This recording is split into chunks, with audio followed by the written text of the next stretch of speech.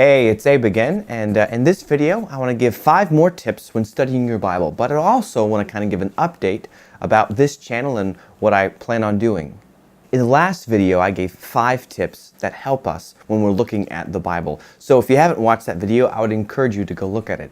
Now we're going to do 5 more. And the first one is called logical causation. And this is when the author, a lot of times this happens in the story sections or the narrative sections. This is when the author sets something up for something to happen in the future. It repeats itself. A good example of this is when Jacob deceives Isaac because of his blindness. You know, he creates that meal for him. He kills 2 young goats and puts the skin on his arms and then deceives his father to get his blessing. That will end up happening to him later on. Whenever Laban wants his older daughter to be married instead of his younger daughter, Rachel, what does he do? Well, under the blindness of night, Laban switches his daughters so that Jacob is then deceived. So the switching of siblings, the deceiving of blindness, blessing or marriage, all those are kind of wrapped up together, and we see that happen. So because Jacob, who is the deceiver, he ends up being deceived because of his own deception. What you reap is what you sow. The other logical causation is when Judah, along with the other sons of Jacob, deceive their father by dipping Joseph's tunic in the animal's blood and then giving that to their father. And then Judah becomes deceived because a lot of things are going on in this particular story. But Judah is then deceived or found out because when his daughter-in-law, Tamar, shows him his cloak, he realizes that he's actually slept with her, and he says, "You are more righteous than I am." There's a lot in that story to unpack. But what happens is that Judah deceives his father by showing a cloak and misleads him, and then he is shown a cloak that shows he's the one who has been deceived, but he is also shown to be less righteous than Tamar, the one who he thought was the prostitute in that scenario, which she was, but he's shown to be more righteous than her, or she is shown to be more righteous than him. That's logical causation. The next one is called structure, or parallelism, or chiasm, or inverted parallelism. There's a lot going on here, and there's a lot to talk about. I thought about doing a whole video on this, and I might at some point, but this is called structure in the text. In our own way of speaking or way of writing, we use structure. When you're reading something today, we might use a lot of headings, and along those lines, they didn't really have that with speaking, or even just the way that they wrote. They didn't really use those sorts of conventions. So they used structure in the words that they used. And so let me just give some examples of each of these here. The first type is called parallelism, is when something is said and then something is said after it that's like it. So like an A-B format, or A-B-A-B format. And this happens a lot in Scripture, particularly in the poetry sections or in the speech sections. This is used quite a bit, but sometimes it's not. So an instance of this parallelism is used is in the story of Job, when he finds out all the things that have happened that is wrong, when he finds out all the wrong things that happened to him. So a servant comes into Job and says, "Job, I was out with your camels and the Chaldeans took them," or "I was out with your sheep and the fire took them, and I alone have escaped to tell you." And while he was still speaking, somebody else came and says, "I was with your brother, with your sons and your daughters, and they were feasting, and behold, a mighty wind came in, and it all fell down, and behold, I alone have escaped to tell you." Like 3 different servants tell that to Job. And so there's that parallelism used to help us understand the whole structure of what's going on. I alone have escaped to tell you, and while he was still speaking, kind of connect those 3 sections there.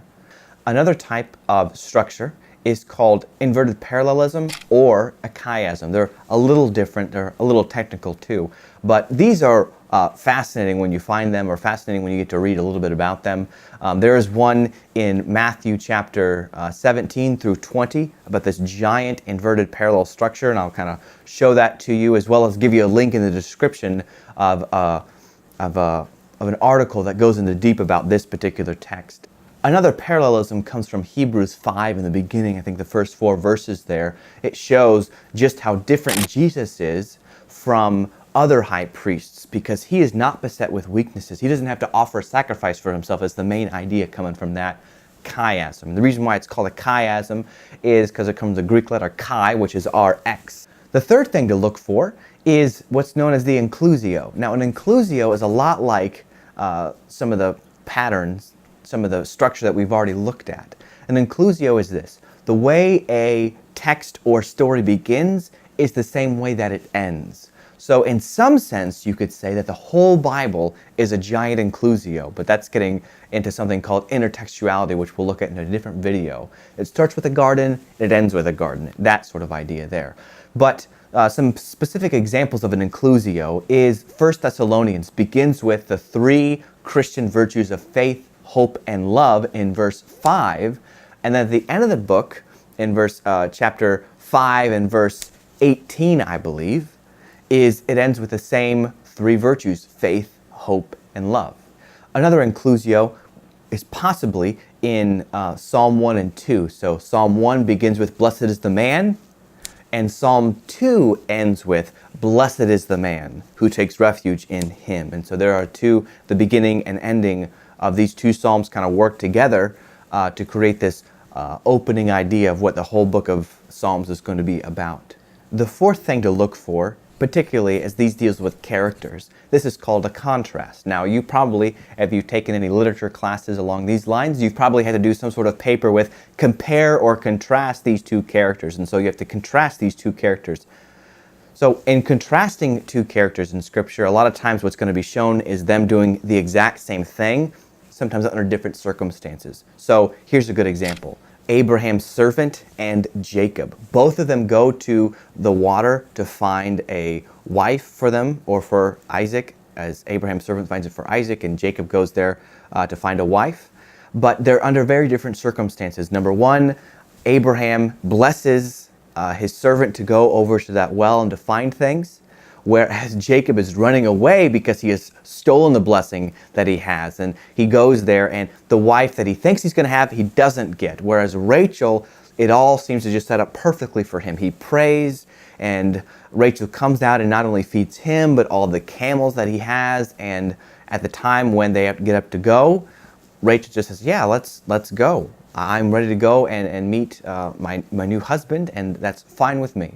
So there's a difference there between these 2. Contrast is really helpful to see how 2 people can be doing the same thing, but for the wrong reasons or different motives. And so the author is kind of showing us, look at these 2 situations, look how different they are. Although they seem the same, but they are very different because of the circumstances surrounding them. Another example of a contrast is the difference when Abraham receives the 3 angels, or the Lord and the 2 angels, and when Lot receives the 2 angels in the city. One chapter right after the next show these 2 stories. And so Abraham receives the angels, and they come in to give him a blessing. Look, you're going to have a son. It's going to happen this time next year. And he receives a great blessing of that. And then you have Lot, who receives those same 2 angels, not the Lord, but the 2 angels. He receives them, he brings them in, and instead of receiving a blessing, he receives it is a blessing in a sense, but it ends up being a curse for him. His word from the angels is, get out of here. It's all about to be destroyed, so leave. So you have a blessing in one and blessing in the other. Both receive angels, but both 2 different effects. And so you kind of contrast between the 2. What was good in Abram's case versus what wasn't good in Lot's case. And something could be said of the fact that Lot chooses the good pasture for his eyes, although it's right next to the cities of Sodom and Gomorrah, which are 2 corrupt cities, whereas Abraham chooses to live alone out in the middle of nowhere, in a sense, and he lives there. And so that could be the difference between the 2 of why one chose the other, or why one was good and the other was not good. And the last one, you probably already guessed it, is comparison, comparing 2 different characters to see how they are similar, how one shows a development of another even sometimes. So 2 examples of this is the Elijah and Elisha. Both of them perform similar miracles, but it shows kind of a development because Elisha asks for a double portion, and he's going to get that double portion if he follows Elijah all the way till he's taken up. And so that scene there where Elisha takes the mantle of Elijah, where we get that idea, that idiom, take up the mantle, comes from this passage here. When he takes it up and he strikes the river to see if it's going to work for him as well, to see if the Lord is with him, it happens. And so you can see the comparison between two characters doing the same thing, although one of them is showing a fuller development of the others. The double portion is given to him. Another comparison is actually in I'm going to use Luke and Acts together because they are written by the same author, so there's a development there. So Jesus, he goes to the cross, and he's on the cross, and he says, Father, forgive them, they don't know what they do. And the reason why he's on the cross is because he has told that generation, you are evil, you need to repent, you've been persecuting the prophets, but you need to repent of this or perish. And they didn't like that, and so they conspired to kill Jesus. Well, in the book of Acts, we have another character who does really the exact same thing. We have Stephen, one of the 7 men chosen to help with the Hellenistic widows.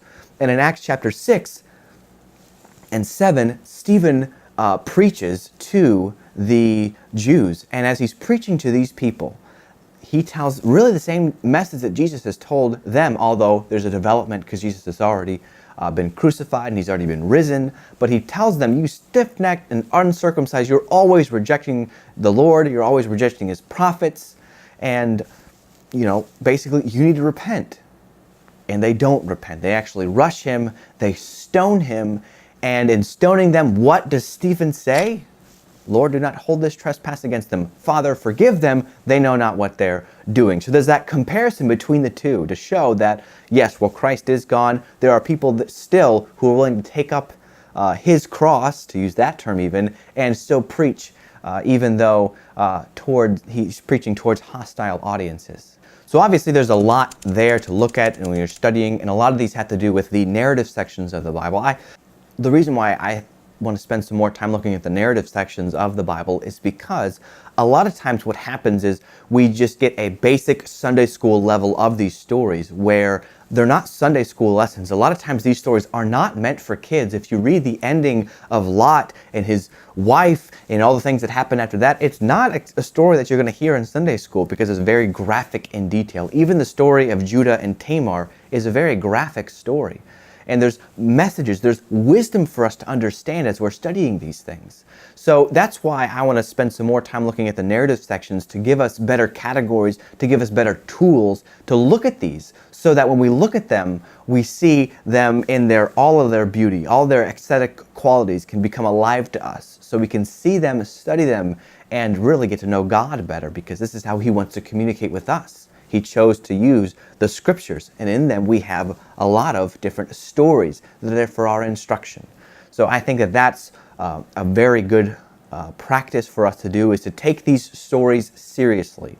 We like to call them stories, not because they're not true, but because they're stories, and stories have their own language, their own internal logic or economy within them that help us to understand them. And we have to pay attention for those structures and those orders and the things that are going on there, or else we might just read them and move on without really contemplating much about what's actually going on there. But as soon as you figure out the right categories and the things to look at, oh, hey, look, there's a contrast between these two characters, or is this a comparison, or is it a contrast, or what's going on with this opening line? Why is this here? What is it supposed to tell us? Those are always helpful to look at. So I hope you've enjoyed this video. I just want to kind of give a few updates about what's been going on. I've had a kid. I had a little baby boy named John, and that's kind of where my life has been the past, I don't know, almost a year now. I mean, he is just 8 months old now, but we've been preparing beforehand, and I'm in the middle of grad classes, so I'm in graduate school kind of doing some things there as well. But I want to continue this and to continue to make these videos.